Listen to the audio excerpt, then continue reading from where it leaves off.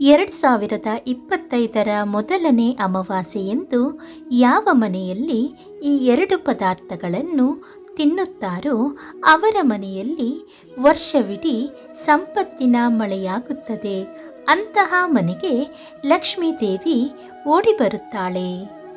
ಮಾಘ ಮಾಸದಲ್ಲಿ ಬರುವ ಅಮಾವಾಸ್ಯೆಯನ್ನು ಮೌನಿ ಅಮಾವಾಸ್ಯೆ ಎಂದು ಕರೆಯಲಾಗುತ್ತದೆ. ಈ ದಿನ ಮೌನ ಉಪವಾಸವನ್ನು ಆಚರಿಸುವುದಕ್ಕೆ ವಿಶೇಷ ಮಹತ್ವವಿದೆ. ಮೌನಿ ಅಮಾವಾಸ್ಯೆಯ ದಿನದಂದು ಸರ್ವಾರ್ಥ ಸಿದ್ಧಿಯೋಗದ ಕಾಕತಾಳೀಯ ರೂಪವಾಗಿರುತ್ತದೆ. ಈ ದಿನ ಒಟ್ಟು 3 ಯೋಗಗಳು ರೂಪುಗೊಳ್ಳುತ್ತವೆ. ಮೌನಿ ಅಮಾವಾಸ್ಯೆಯ ದಿನ ಸರ್ವಾರ್ಥ ಸಿದ್ಧಿಯೋಗವು ರೂಪುಗೊಳ್ಳುತ್ತಿದೆ. ಮೌನಿ ಅಮಾವಾಸ್ಯೆ ಮತ್ತು ಮೌನ ಉಪವಾಸವನ್ನು ಆಚರಿಸುವುದು ಧನಾತ್ಮಕ ಶಕ್ತಿಯನ್ನು ತರುತ್ತದೆ. ಅದೇ ಸಮಯದಲ್ಲಿ ಪಿತೃದೋಷ, ಕಾಳಸರ್ಪದೋಷಗಳನ್ನು ತೊಡೆದುಹಾಕಲು ಇದು ಮಂಗಳಕರ ದಿನವಾಗಿದೆ. ಈ ಬಾರಿ ಮೌನಿ ಅಮಾವಾಸ್ಯೆಯಂದು ಸೂರ್ಯ, ಬುಧ ಹಾಗೂ ಚಂದ್ರ ಮಕರ ರಾಶಿಯಲ್ಲಿ ಒಟ್ಟಿಗೆ ಕುಳಿತು ತ್ರಿವೇಣಿ ಯೋಗವನ್ನು ರೂಪಿಸುತ್ತವೆ. ಅದೇ ಸಮಯದಲ್ಲಿ ಗುರುವಿನ 9ನೇ ದರ್ಶನವು ಎಲ್ಲರ ಮೇಲೆ ಇರಲಿದೆ. ಶುಕ್ರನು ಮೀನರಾಶಿಯಲ್ಲಿರುವುದರಿಂದ ಮಾಳವ್ಯ ರಾಜಯೋಗವೂ ಇರಲಿದೆ. ಶ್ರವಣ ನಕ್ಷತ್ರದ ಕಾಕತಾಳೀಯವಿದ್ದು ಇದರಿಂದಾಗಿ ಬುಧಾದಿತ್ಯ ರಾಜಯೋಗವು ರೂಪುಗೊಳ್ಳಲಿದೆ. ಮೌನಿ ಅಮಾವಾಸ್ಯೆಯ ದಿನದಂದು ಭಗವಾನ್ ವಿಷ್ಣು ಮತ್ತು ಪೂರ್ವಜರನ್ನು ಪೂಜಿಸುವ ಮೂಲಕ ಜೀವನದಲ್ಲಿ ಸಂತೋಷ ಮತ್ತು ಪೂರ್ವಜರ ಆಶೀರ್ವಾದವು ನಿಮಗೆ ಪ್ರಾಪ್ತಿಯಾಗುತ್ತದೆ.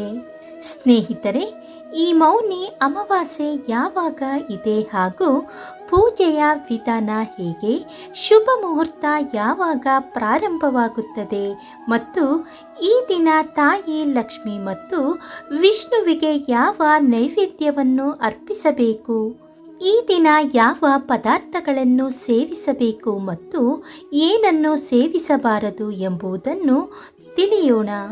ಸ್ನೇಹಿತರೆ, ಮೊದಲಿಗೆ ಮೌನಿ ಅಮಾವಾಸ್ಯೆಯು ವೈದಿಕ ಪಂಚಾಂಗದ ಪ್ರಕಾರ ಮೌನಿ ಪದದ ಅರ್ಥ ಮೌನ.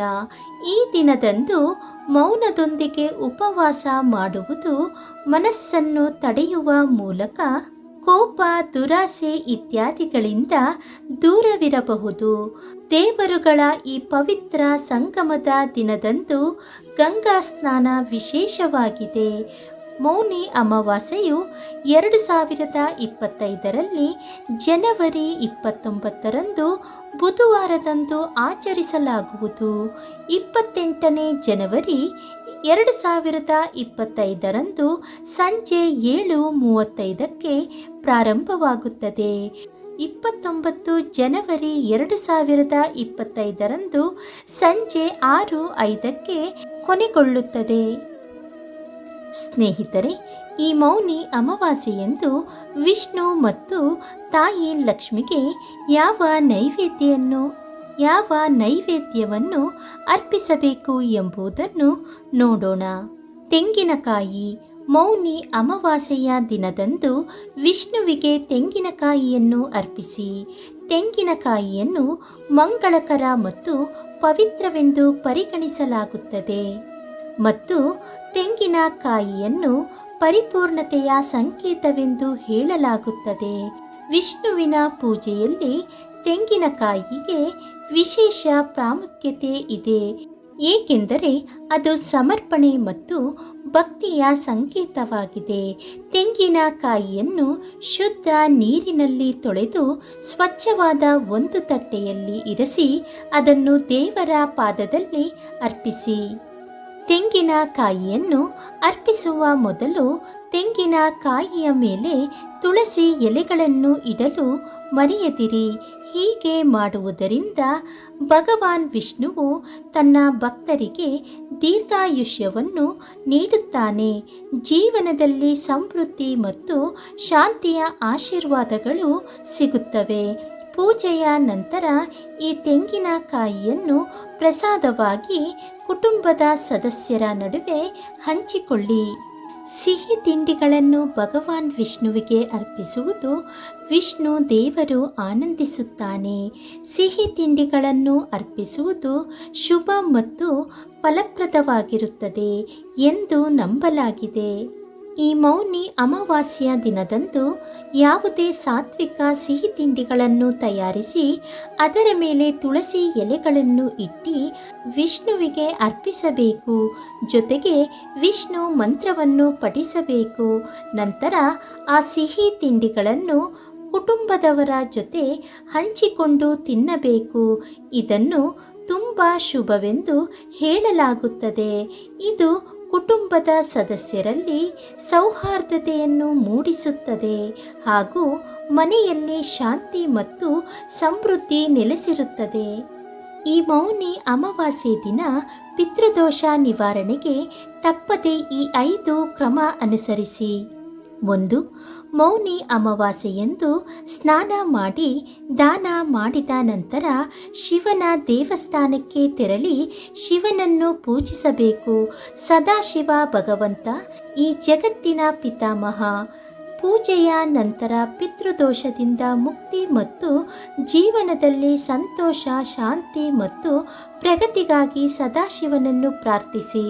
ಶಿವನ ಕೃಪೆಯಿಂದ ಪಿತೃದೋಷದಿಂದ ಮುಕ್ತರಾಗಬಹುದು. 2. ಮೌನಿ ಅಮಾವಾಸ್ಯೆಯಂದು ಗಂಗಾ ಸ್ನಾನ ಅಥವಾ ಮನೆಯಲ್ಲಿ ಗಂಗಾ ಜಲವನ್ನು ಬೆರೆಸಿ ಸ್ನಾನ ಮಾಡಿ.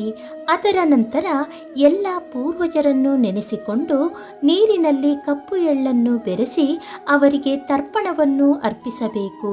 ಹೀಗೆ ಮಾಡುವುದರಿಂದ ಪಿತೃದೋಷ ನಿವಾರಣೆಯಾಗುತ್ತದೆ. 3.